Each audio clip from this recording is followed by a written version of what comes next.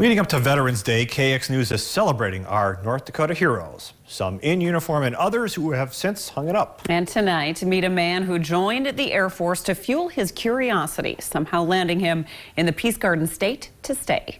Renee Cooper has his story. I was initially stationed in RAF Bentwaters Woodbridge in the United Kingdom.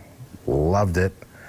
And then I got orders to Minot Air Force Base, which everybody was just absolutely terrified of. Now very much a seasoned North Dakotan, Air Force veteran Matthew Williams is native Hawaiian. He grew up in Waipahu, a city on the island of Oahu, Hawaii. When you're from Hawaii, you meet people from everywhere, and you're curious. And that curiosity fueled flights around the world, serving on active duty in at least 8 different countries in multiple states from 1980 to 1992. As a child, I knew I was going to wind up wearing a uniform with one of the branches. I needed to serve. He was deployed to Saudi Arabia as a part of Operation Desert Storm in 1990.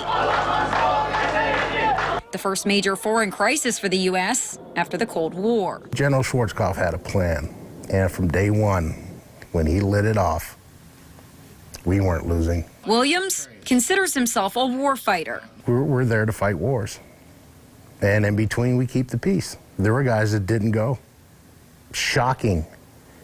You know, they're all patched up and have all the different schools they've gone to. And then when it was time to do what we were trained to do, they just, well, one guy broke down and said, well, my wife's pregnant. And the master sergeant we worked for at the time just looked at me, and I'm like,